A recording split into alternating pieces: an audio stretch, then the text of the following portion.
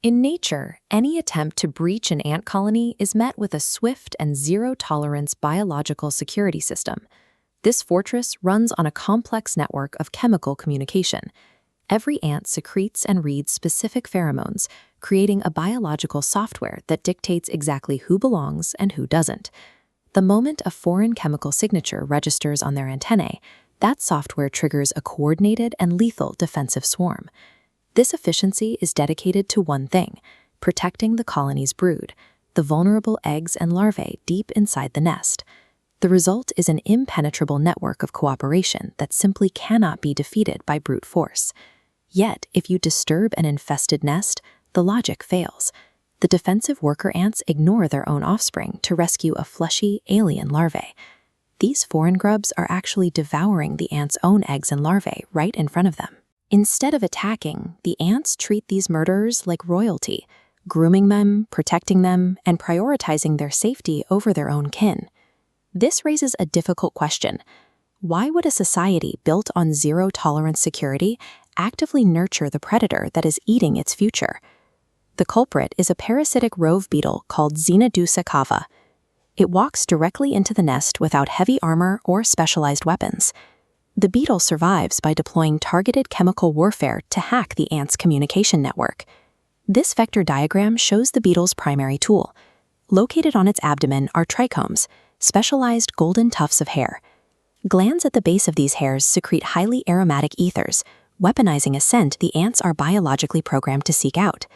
When these chemical particles bind to the receptors on an ant's antennae, they overload the host's sensory system, shifting the ant from a hostile state to one of complete pacification. The beetle bypasses the colony's physical walls by reverse engineering the ant's biological code.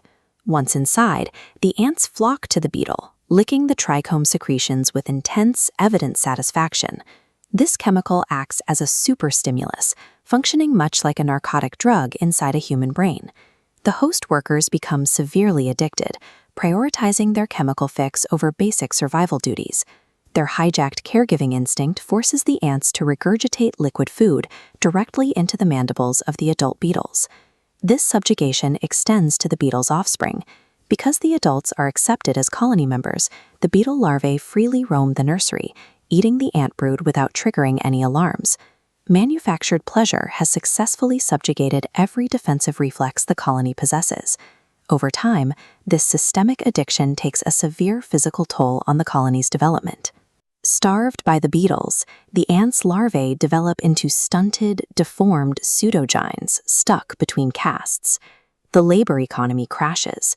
A flowchart reveals the ratio of healthy workers plummeting as parasites rise, leaving the nest without foragers. In the final stage, the host colony degenerates and starves.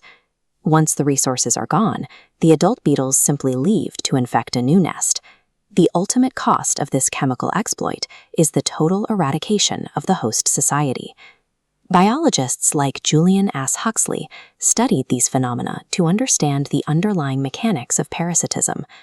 These observations show that instincts, no matter how complex, are essentially blind. Organisms driven by strict input-output rules are inherently vulnerable to any malicious actor who learns how to provide the correct input.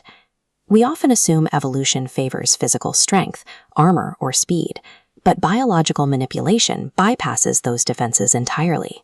In the evolutionary arms race, the power of absolute chemical seduction can prove far more devastating than teeth or armor.